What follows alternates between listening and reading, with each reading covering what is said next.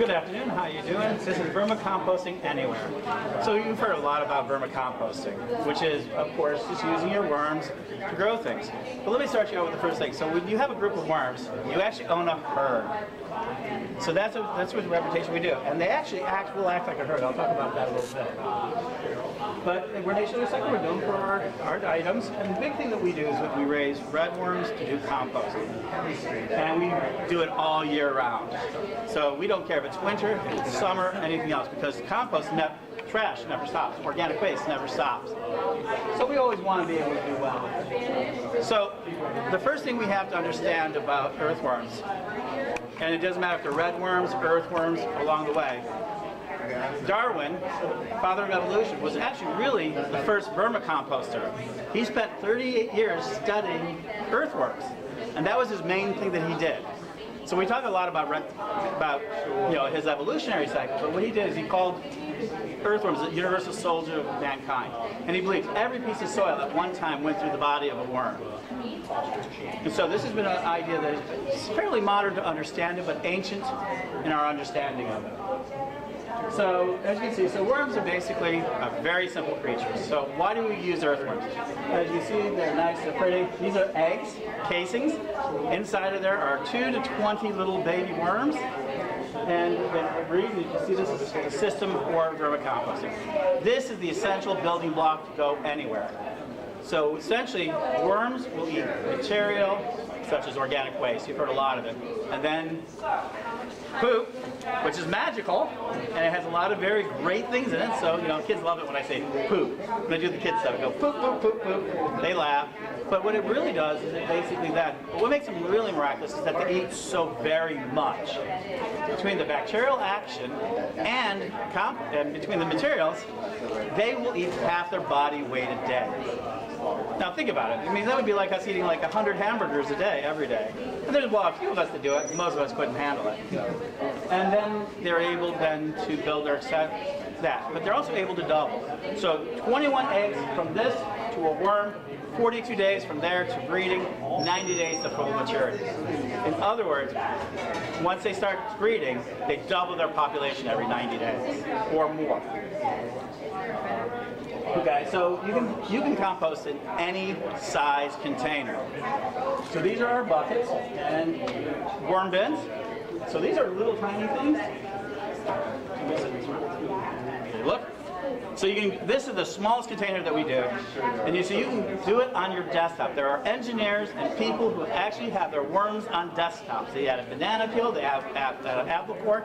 So it's very, very tiny. And I can even go smaller than that. You can actually compost worms in a teacup.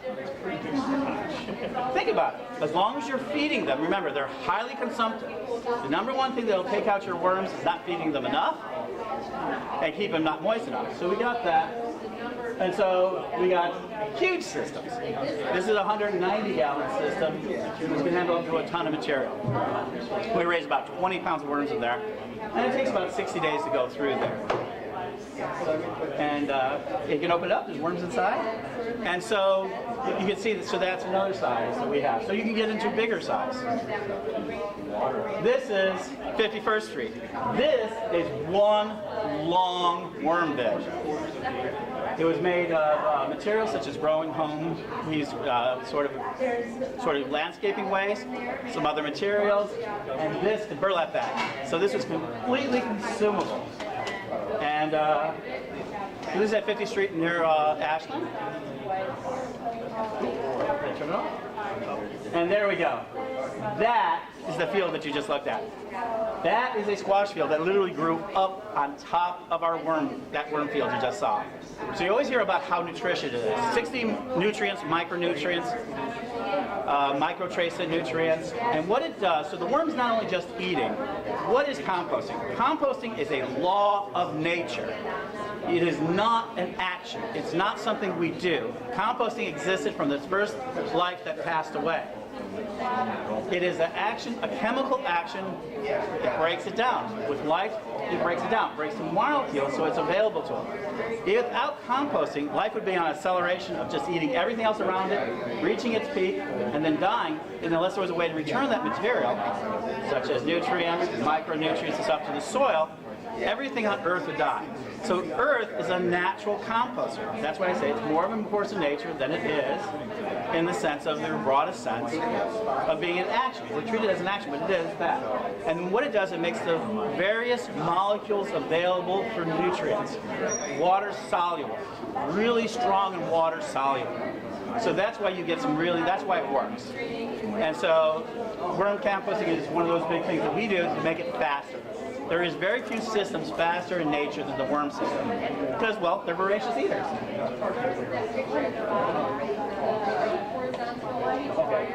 These are yet another set that we're doing. This is at 26 in Calumet. So these are long windrows. And see my partners there filling them. And what we do is we layer down burlap, we put on our worm material, we feed them slowly. They eat near the surface, so they constantly raise the bed. So this is another size that we have. So you can compost literally from a teacup to a bin, out in your fields, into your yards. There is literally nowhere we can. So you ask me, where else could we compost? We have a compost bin right now, 53 stories up in the world. In the American Medical Association, yes, the Medical AMA actually literally composts their cafeteria in one of our systems. We have one down in Canal Street. They have another sustainability center. This is indoors in a skyscraper which has a closed air system. So they would be, you would think they'd be worried about it. Well, vermicomposting has the advantage of being low smell to earthy smell and properly maintained. It can be maintained indoors. It can be maintained even in the downtown area. So you can actually compost in skyscrapers, condominiums, anywhere that you want to, indoors, outdoors, restaurants. Consider we have like 430,000 tons every year of organic waste that we have to get rid of. It's good to know that we can do it locally. And so when you see our symbol, we are doing the composting and we do it for that.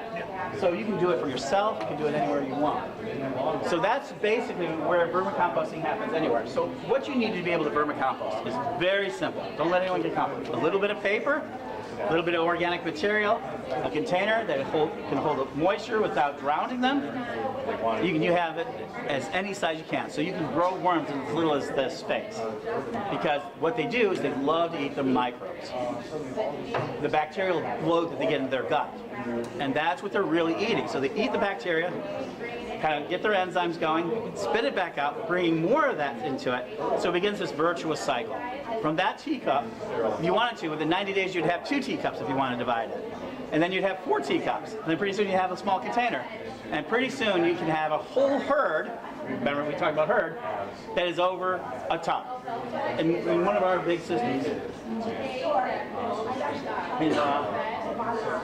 In this system, we probably have a ton of worms overall in overall system. So yes, and they do. So talking about the herd action, you always hear about dividing them. The reason, you talk about feeding them for 2 weeks and not feeding them and have them move, and then you put fresh food on there. We've seen this. I've actually seen a river of worms move from one side of our system to another. So they actually will follow each other. So that's why you find lots of worms together. So this is it. So this is why you will find them together. So just remember the 3 rules of, here's the basic thing you have to understand about worms. They're natural hippies. They are. They don't really like the light too much. So they try to hide from it. And when they're not out being exposed, they eat a lot. The munchies. And there you go. But when they are they're full and they got the darkness, they love to have a friend. Remember, worms are hermaphrodites, both boy and girl. So all they need is to have a friend, and when they have a friend, they can have a ball. And when the healthy worms will form into a ball and just have fun with each other, because the kids around. But yes, and they will continue to breed that process. So you get a container of them, you can split them, and make even more containers. So worms are universal soldiers of mankind. They are literally here to help us compost and get the soil back into a virtuous cycle. And you can do it anywhere. Now the question is, how big can a worm farm go? The biggest worm farm in America right now is about 15 tons. I expect that in Chicago, we're going to beat that. We're absolutely going for it. We need a much bigger system here in Chicago. That's our big goal. So we're trying to show everybody that you can compost anywhere that you want to. Your backyard, your garden, your school, your home. All you have to do is there's only 2 rules you have to remember. that you want to compost, and you're willing to pay attention to your compost pile. You can do those two things. They're very simple. Everything else is just simply following a few handful of rules. So I'm open to questions here. Yeah.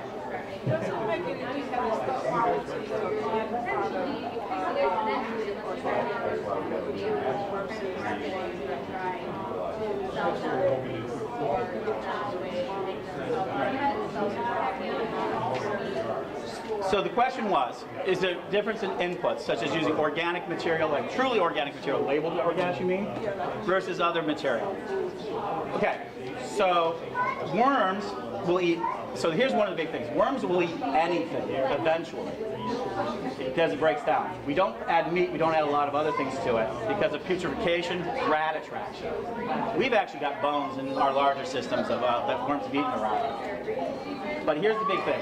What you put into it is what you get out of it. So if you're putting things that have pesticides in it, then the pesticide, if it is not broken down pesticide, might get across it. But we're not being served that. So right now for us, organic material is great. If we were trying to build a purely organic soil, we would just use organic inputs.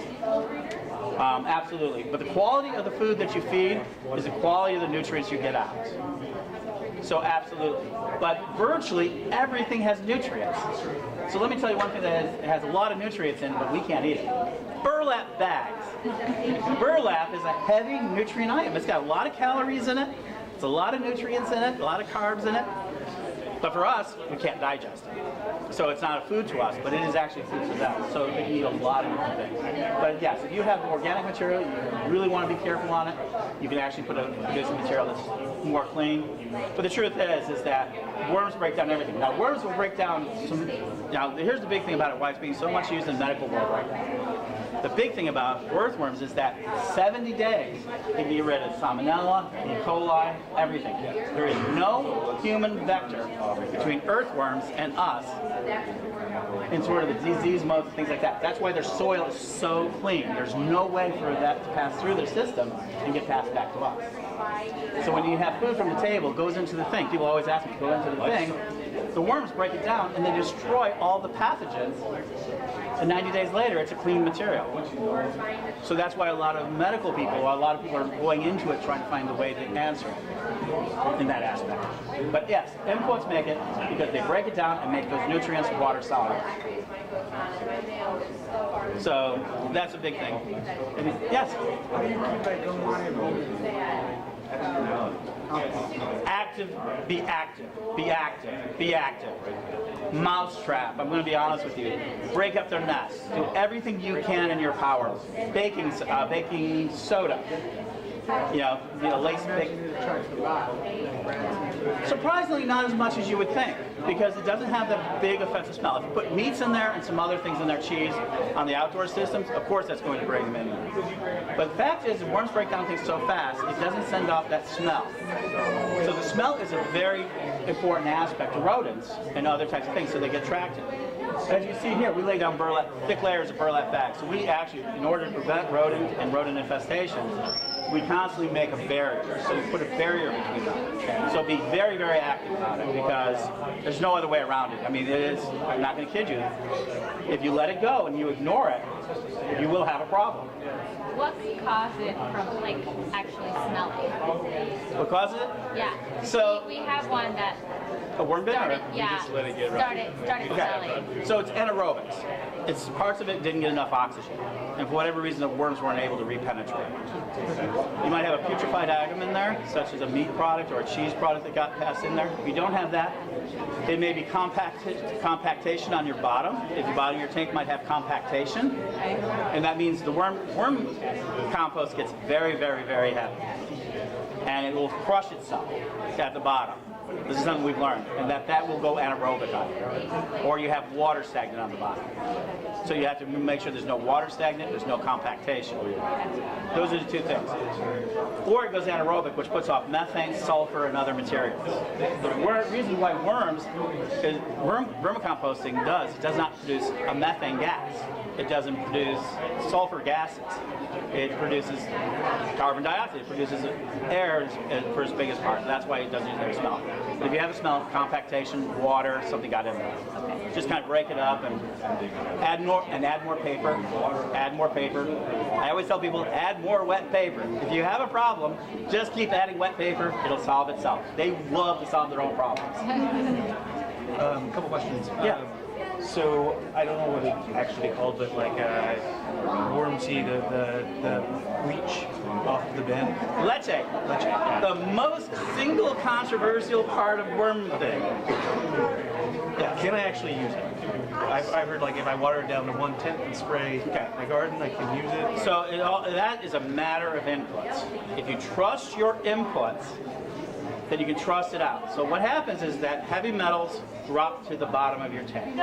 So if you're adding things that may have heavy metals in it, which you shouldn't in a vermicomposting, but it could happen. You put heavy metals into it, and then you swear the leche will get that fast. In fact, it'll disperse throughout everything else, but if it gets to the bottom, it can be out. So if you do a glossy magazine, glossy cover magazines, if you do anything like that, you might have it in the soil. Second thing is, it may not get rid of all of the E. coli, salmonellas, what the worry is. So that's the two reasons not to use it. Now, I have a lot of people who swear by it, and I've got people who think it's terrific stuff. But that's the two controversies: heavy metal and disease when it goes back into humans. And then the other part of it is it's just fine, dilute it, use it any way you want to.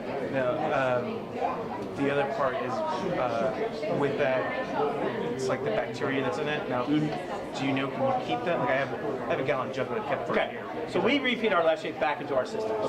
Because we know our inputs. Right. So what we do is we keep feeding it back into our systems, which is different from worm tea. I've got about a minute here. But worm tea is where you take the worm castings, you brew them, either just put them in a tank with molasses for 24 hours. Love it if you put an aerator into it, and that releases all the water soluble and all the microbes into it. That's worm tea. The other stuff is called leche. And so yeah, that one's more controversial. Depends on what you're putting in. All right, so I think yes.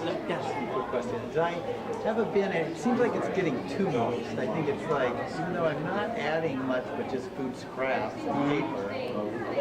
So it's probably picking up moisture. It's probably picking up the air. So just keep adding paper to it. More paper. More paper. Should I dig it up a little and Yes. put paper in? Absolutely. Mix it up. I mean, be gentle with the worms, but they can have their nest disrupted. They'll stop eating for 24 or 48 hours, and they'll start back to eating. So they'll absolutely eat.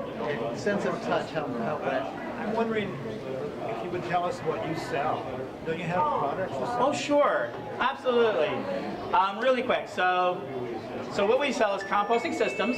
So if you want a compost system in your area, want to figure out how to do it, we do consulting, we do all sorts of building. We can get you a system that works for you. We also sell mini bins. We sell that. The biggest thing that we sell, of course, is worms. We sell lots and lots of worms. So if you want to get started with that, and we also sell compost and compost products. We help out support urban farms. So, well, you know, worm eggs are hard to get. So if somebody needed worm eggs, yes, we'd be absolutely happy to sound it. So to sound a little bit like Hank Hill, we do compost accessories, and compost products. And anything in that field, we're willing to work with you. What we want more than anything else is nature's little recyclers. We want our city to take the lead in being a composting city so that we never have to pay attention again to the idea of not being good stewards of this planet. Chicago is a uniquely green city. We're a city in the garden, literally.